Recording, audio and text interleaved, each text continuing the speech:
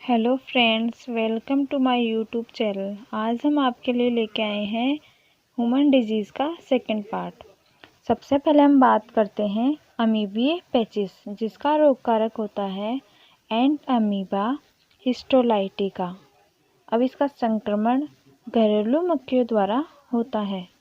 लक्षण की बात करते हैं। रोगी को कब्ज हो जाती है, जिसके साथ श्लेष्मा पदार्थ भी बाहर आता है। पेट में असहनीय दर्द होता है। अब हम दूसरे रोग की बात करते हैं। एस्केरिस रोग कारक होता है एस्केरिस। इसके लक्षण होते हैं, इनका संक्रमण आंत में होता है। अतः आंत यानी पेट में दर्द होता है तथा आंत में अवरोध पैदा हो जाता है। आंत में घाव होने पर आंतरिक रक्तस्राव होने लगता है। कमजोरी, चिड़चिड़ापन व बुखार जैसे लक्षण आते हैं। अब हम अगले रोग की बात करते हैं, जिसका नाम है दाद। दाद हमारी त्वचा पर कवक संक्रमण के कारण कवकों द्वारा बनाए गए कवक जाल को दाद कहते हैं। यह गोल चकत्ते के रूप में होता है। इसमें लगातार खुजली आती है। दाद शरीर के वलन वाले अंग जैसे गर्दन, हाथ, पैर की अंगुलियां, कोहनी व कमर पर अधिक होते हैं। इसका रोग कारक होता है कवकों के विभिन्न अंग जैसे माइक्रोस्पोरम, ट्राइकोस्पोरम व एपिडोमोर्मोफाइटोन आदि दाद रोग फैलाते हैं। इसके बचाव होते हैं। रोगी के कपड़े, कंघे, तौलियों का इस्तेमाल नहीं करना चाहिए। वर्षा ऋतु में गीले कपड़े व गीली मिट्टी के संपर्क में नहीं रहना चाहिए। अब हम बात करते हैं संक्रामक रोगों के नियंत्रण व रोकथाम के उपाय। सबसे पहले हम बात करेंगे व्यक्तिगत स्वच्छता। व्यक्तिगत स्वच्छता होती है जिसके अंतर्गत भोजन करने से पूर्व हाथ धोना, नाखून काटना व शुद्ध पेयजल व खाद्य सामग्री का इस्तेमाल करना आता है। जैसा करने से संक्रामक रोगों से बचा जा सकता है। अब हम बात करते हैं सार्वजनिक स्वच्छता, जिसके अंतर्गत सार्वजनिक पेयजल, कचरे का निपटान व मल मूत्र का निपटान आदि कार्य आते हैं। सार्वजनिक वातावरण स्वच्छता रहने पर संक्रामक रोगों से भी बचाया जा सकता है। रोग वाहकों का नियंत्रण। मक्खियाँ व मच्छर संक्रामक रोगों के वाहक होते हैं। यदि इनको समाप्त कर दिया जाए तो डेंगू, अनेक संक्रामक रोगों जैसे मलेरिया, डेंगू, चिकनगुनिया, फाइलेरिया, अमीबिया पेचिस आदि रोगों से बचा जा सकता है। मच्छरों के लार्वा को मारने के लिए गंदे तालाबों में थोड़ा तेल डाल देना चाहिए या कीटनाशकों का प्रयोग करना चाहिए। टीकाकरण। संक्रामक रोगों से बचाने के लिए समय समय पर टीके लगवाने चाहिए, क्योंकि टीके भविष्य में हमें रोगों से बचाते हैं। ये सरकारी अस्पतालों में मुफ्त में लगाए जाते हैं। टाइफाइड के लिए एटीवी का टीका लगाया जाता है। टीबी के लिए बीसीजी का टीका लगाया जाता है। डिप्थीरिया के लिए डीडीटी का टीका लगाया जाता है। पोलियो के लिए ओपीवी तथा एपीवी का टीका लगाया जाता है और टिटनेस के लिए एटीएस का टीका लगाया जाता है। अब हम बात करते हैं एड्स की। एड्स का पूरा नाम होता है एक्वायर्ड इम्यूनोडेफिशिएंसी सिंड्रोम। एड्स की खोज गोटलीब से 1981 में की थी। भारत में एड्स का पहला रोगी 1986 में पुष्कर में मिला। पिछले 25 वर्षों में इस रोग से 2.5 करोड़ लोगों की मृत्यु हो गई। एड्स का रोग कारक एचआईवी। एचआईवी का पूरा नाम होता है ह्यूमन इम्यूनो वायरस।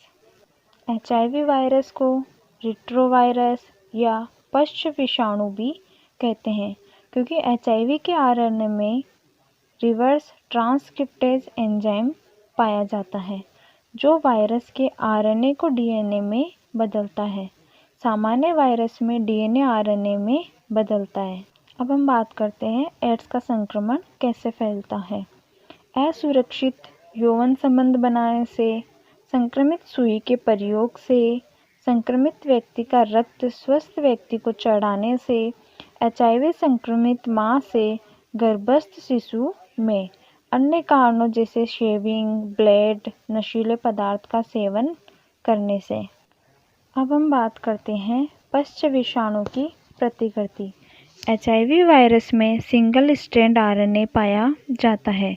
आरएनए पर रिवर्स ट्रांसक्रिप्टेज एंजाइम पाया जाता है। एचआईवी के चारों ओर प्रोटीन व फॉस्फोलिपिड का आवरण पाया जाता है। एचआईवी हमारे रक्त में पाई जाने वाली माइक्रोफेज सेल यानी वृहद वक्षाणु कोशिकाओं को परपोषी कोशिकाओं के रूप में इस्तेमाल कर अपनी संख्या बढ़ाता है। इस क्रिया को पश्च विषाणु की प्रतिकृति कहते हैं। अब हम डायग्राम में देख सकते हैं पश्च विषाणु की प्रतिकृति किस प्रकार होती है।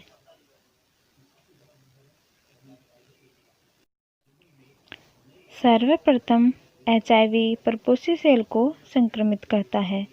संक्रमण के बाद विषाणु का आरएनए रिवर्स ट्रांसक्रिप्टेज एंजाइम की सहायता से विषाणुवीय डीएनए में बदल जाता है। विषाणु का डीएनए परपोषी सेल के डीएनए के साथ जुड़कर उसके अनेक एचआईवी की अनेक प्रतिकृति बनाने का निर्देश देता है। नए एचआईवी वायरस परपोषी सेल से बाहर आ जाते हैं तथा नई सेल को संक्रमित करते हैं। एचआईवी वायरस सर्वप्रथम हेल्पर टी सेल यानी CD4 को खत्म करते हैं।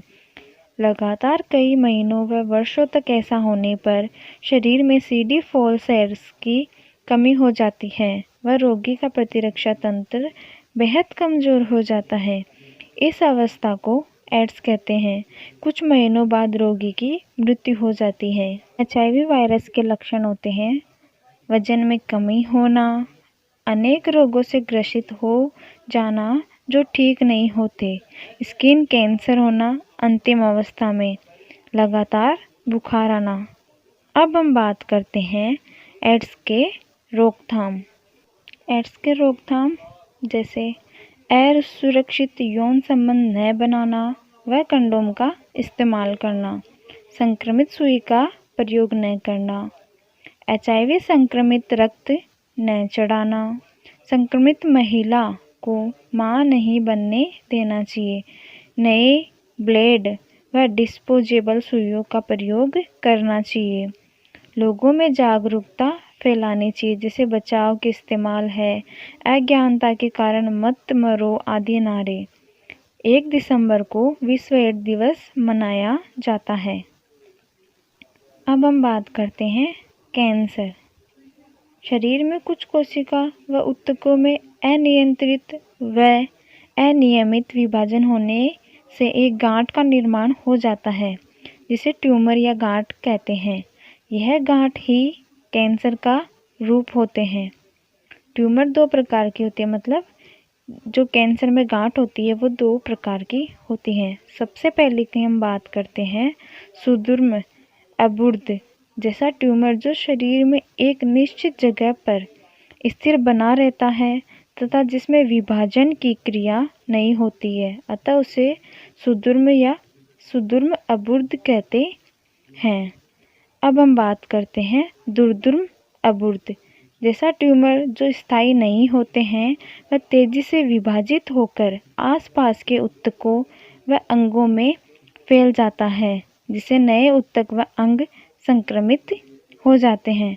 अबुर्द के लगातार विभाजन होने वाली प्रतिक्रिया को मास्टोस्टेटिस कहते हैं जिसका इलाज संभव नहीं है। यह घातक कैंसर होता है। अब हम बात करते हैं कैंसर होने के कारण। सबसे पहला कारण होता है भौतिक कारण। इसके अंतर्गत एक्स रेस, पराबैंगनी विकिरणें आदि आती है। फिर हम बात करते हैं रासायनिक कारक की। इसके अंतर्गत द्रव व गैसीय रसायन पदार्थ आते हैं, जैसे तंबाकू का धुआं, काजल, पारा, आर्सेनिक आदि। ऑन्कोजीन, शरीर में कैंसर गांठों का उत्पन्न करने वाले जीनों को ऑन्कोजीन कहते हैं। अब हम बात करते हैं कैंसर अभिज्ञान व विधान जांच। सबसे पहले है जीवति परीक्षण। इसके अंतर्गत गांठ या संक्रमित अंग का नमूना लैब में भेजा जाता है, जहां अभिरंजन प्रक्रिया द्वारा कैंसर का पता लगाया जाता है। दूसरा है ब्लड टेस्ट।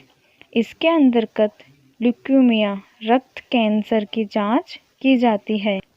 इस रोग में WBC की संख्या बढ़ जाती है व RBC की संख्या कम हो जाती है। धन्यवाद फ्रेंड्स, हमारे चैनल को सब्सक्राइब करना ना भूलें नेक्स्ट वीडियो के लिए।